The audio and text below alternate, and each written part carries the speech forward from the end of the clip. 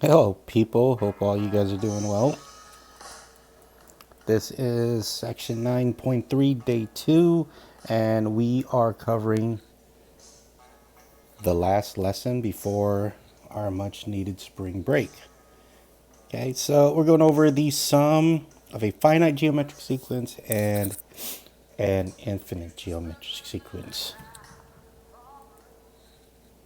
Okay, so what we're doing again, it's like in the arithmetic sequence, we're taking all of our terms and adding them all together. So we'll start out with a little bit of definition about the sum of the geometric sequence.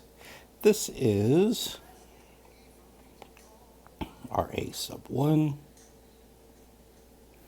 a sub 1 times our common ratio, a sub 1, r squared, common ratio squared, a sub 1, r to 3, r sub 1,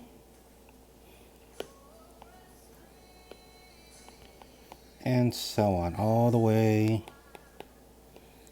to a sub 1, r, n minus 1. So whatever we're starting with, like if we took, for instance, right here, 1, we'd plug a 1 in there, which would be a sub 1 r to the 0, and r to the 0 just equals 1, and that's why it's a sub 1.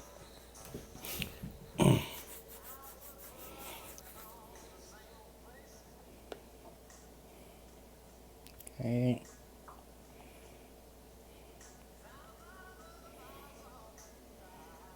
All right. So let's go into the actual formula of counting all this. When you find the sub, that is our summation, that's that E looking thing, and I equals 1, a sub 1, r I minus 1.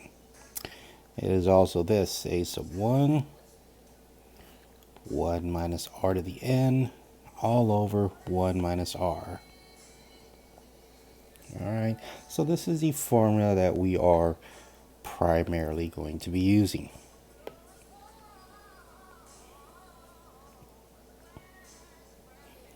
Okay. Alright, oops.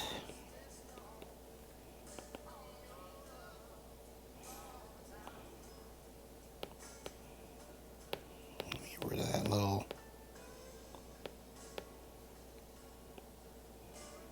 So I can see that. Alright, so we want to find the sum of our summation from 1 to 12, 4 times 0.03 to the t minus 1. This 12 represents our upper limit, and this is where we're going to start. Those of you who actually move on to calculus next year, whether in college or at JSerra, you will find that we use those as integrals, and you'll see them something like this music S-shaped type thing. So that's for next year, but that's what we use in calculus. It's pretty much doing the same thing. So we are going to take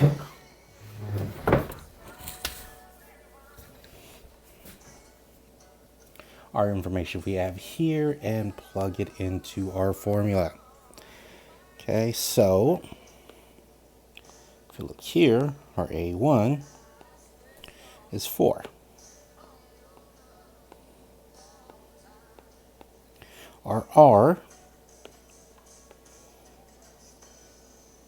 is 0.03.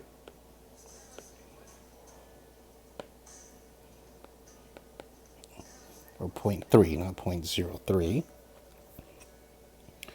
Okay, so our N is 12. Alright, so we'll just plug it into our formula over here. So we have A1, 4, 1 minus 0.3 to the 12 all over 1 minus 0.3. Okay.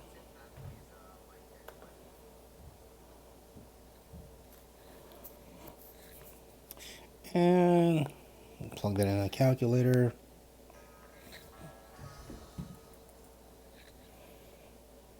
And we get 5.714. So that is the sum of this particular one right here. Okay, again, all this is just plugging numbers in. All right, next one, the sum of an infinite geometric series. Okay, so sum of geometric series.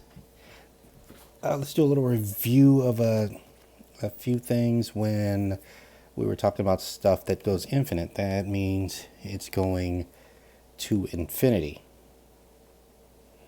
Okay, so if you saw something like this, a graph, okay, that's our x, that's our y. So as x approaches infinity, we're saying y is going to go to 0, or y approaches 0. This kind of has the same effect from here. Okay, because as you see, as we multiply and add all these, you'll see how we do have a number, and we'll see how we have a repeated decimal, which kind of gives us this. Okay, so erase that. Let's go over the actual things that would fill it out. So the sum of the geometric series, if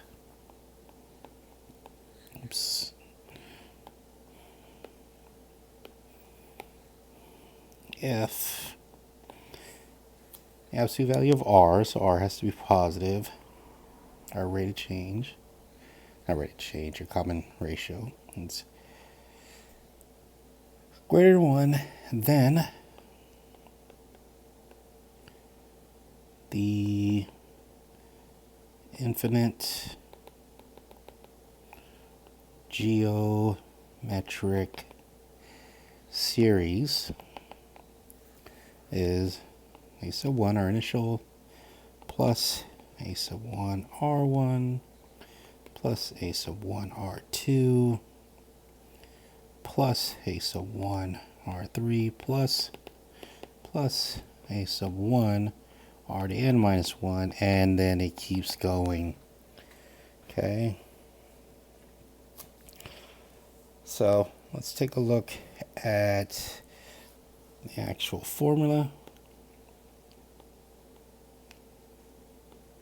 Again, this is our upper limit, which would be infinity. We are starting at 0. Okay. A1 r to the I. So that's how we get A1 1 minus r. All right. So let's quickly do this. Up to infinity is what we have. Minus 1, so our A1, of course, is 4. Our n is infinity. And we are starting off at 0. So let's just plug this in. A1, okay, is 4. Then we have 1 minus our r is 0.6. And let's calculate that. That gives us 10. Okay. So B, we kind of did this earlier with the arithmetic. But if we look here,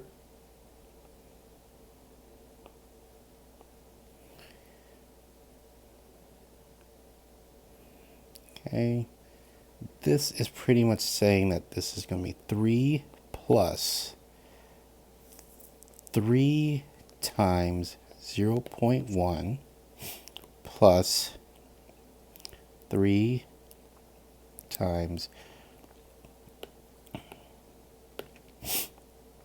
0.1 squared plus 3 times 0.1 cubed. Okay, this is the common ratio. R is 0.1.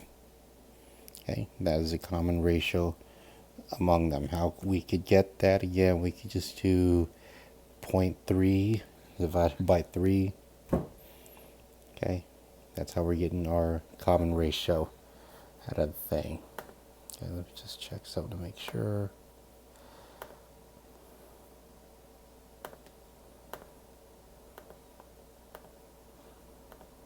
Okay, again, our